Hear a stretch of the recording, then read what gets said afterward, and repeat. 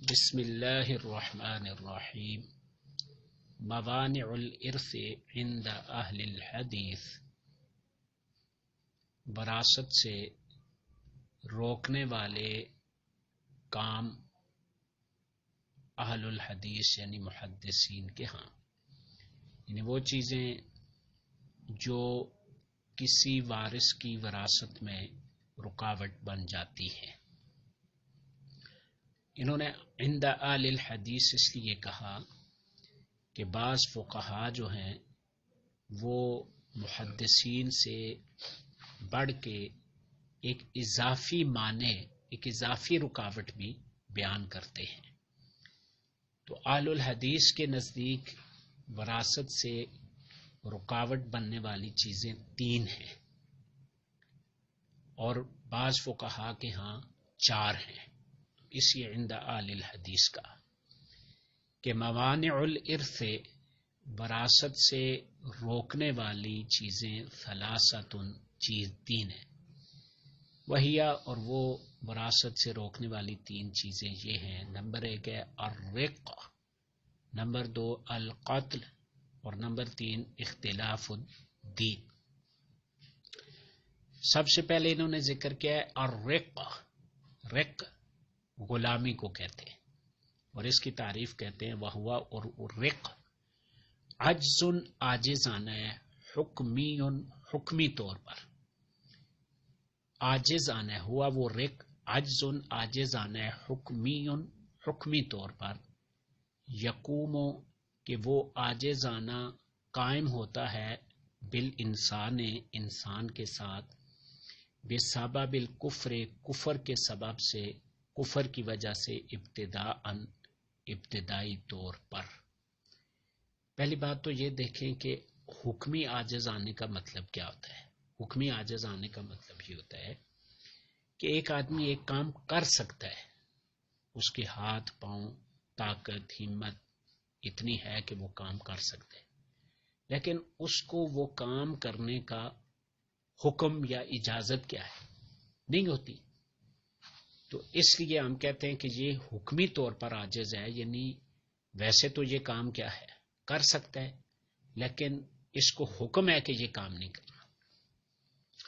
تو غلامی جو ہوتی ہے، کوئی غلام ہے یا لونڈی ہے، وہ ہمیشہ اپنے مالک کا مکمل طور پر پابند ہوتا ہے۔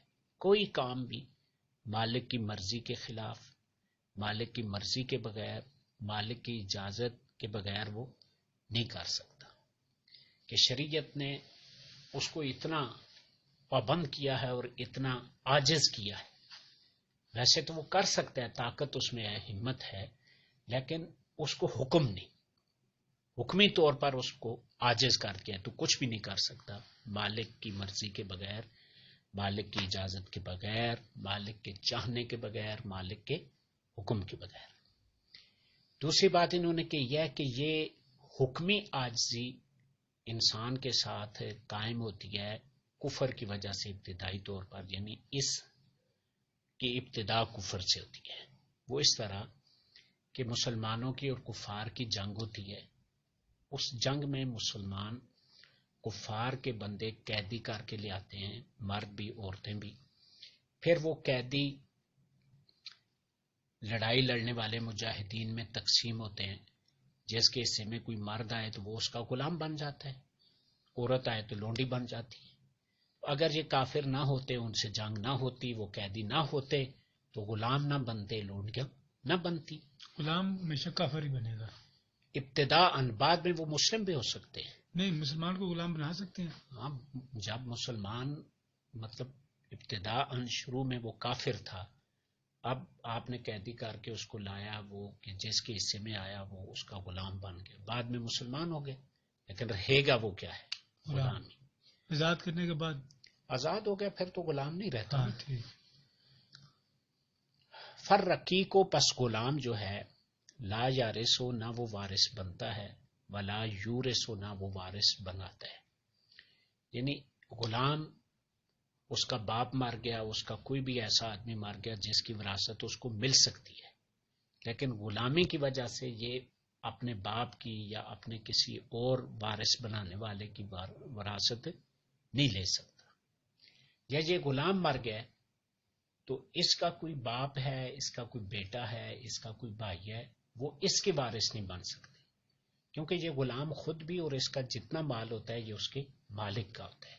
مر گیا غلام تو جو اس کا ہوگا وہ اس کے مالک کو ملے گا. فر رقیق پس غلام لا یا رسو نہ وارث بنتا ہے، ولا یورثو اور نہ وارث بناتا ہے، ولا یحجب اور نہ وہ رکاوٹ بنتا ہے، یعنی کسی دوسرے کی وراثت میں رکاوٹ بھی نہیں بنتا، کسی دوسرے کو وراثت سے روکتا بھی نہیں. نہ وارث بنتا ہے نہ وارث بناتا ہے، یعنی کوئی دوسرا اس کا وارث نہیں بن سکتا، اور نہ یہ کسی کی وراثت میں کیا ہے رکاوٹ ڈالتا ہے.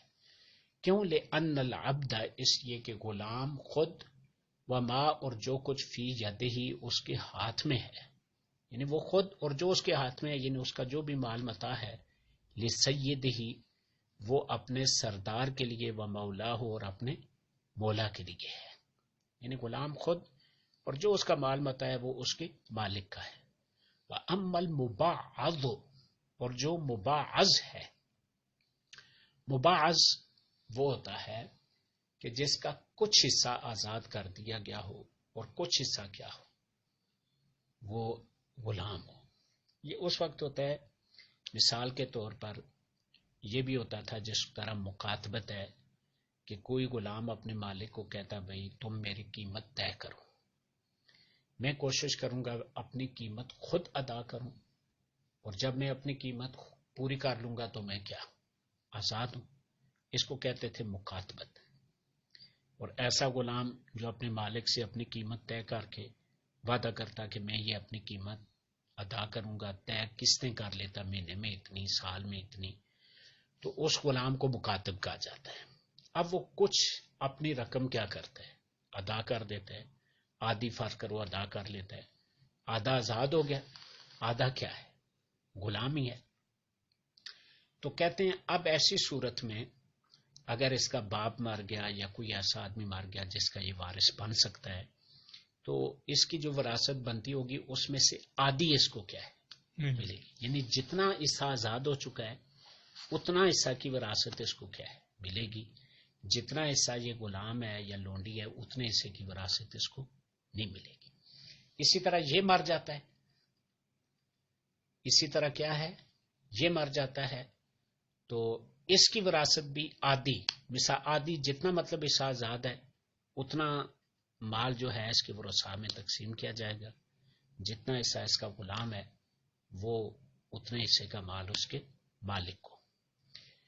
دوسری صورت یہ بھی ہوتی ہے کہ ایک غلام 2-3 آدمیوں میں مشترکہ ہے، ان میں سے ایک آدمی اپنا حصہ کیا کرتا ہے آزاد کرتا ہے.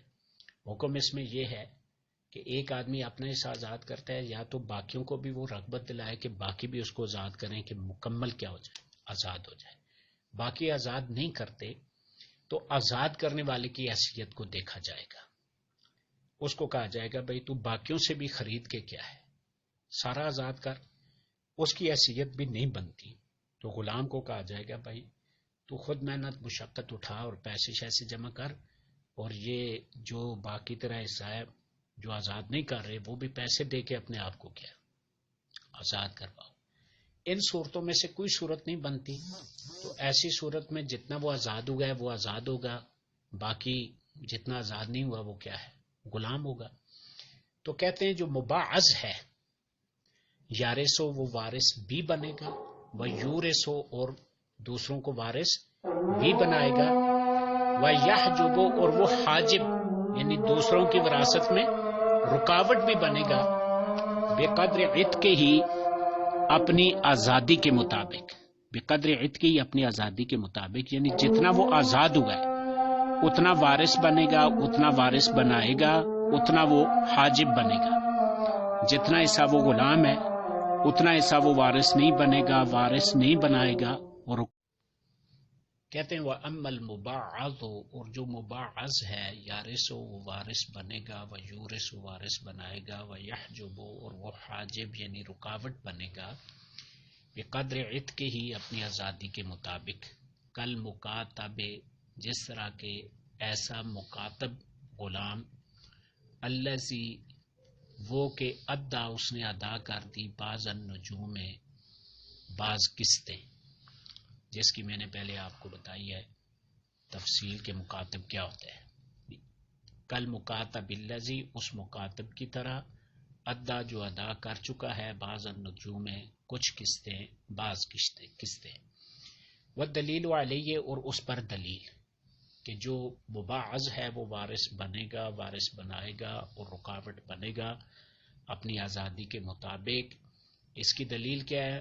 ما وہ والدلیل علیہ اور دلیل اس پر ما وہ روایت ہے رواہ ابن عباس جس کو روایت کے ابن عباس رضی اللہ تعالی عنہ نے عن النبی نبی صلی اللہ علیہ وسلم سے انہ قال بے شک انہوں نے فرمایا اذا اصاب المکاتب جب پہنچے مکاتب حدن کسی حد کو او میراثن یا وراثت کو وارثہ تو وہ وارث بنے گا بے حساب ما آتا کا من ہو اس حساب سے جو آزاد ہوا اس سے، یعنی جتنا وہ آزاد ہوا ہے اس حساب سے وہ وارث بنے گا. حسن یہ روایت حسن درجے کی ہے، کہتے ہیں یہ ابو داؤد کے اندر، ترمذی اور نسائی کے اندر یہ حدیث موجود ہے.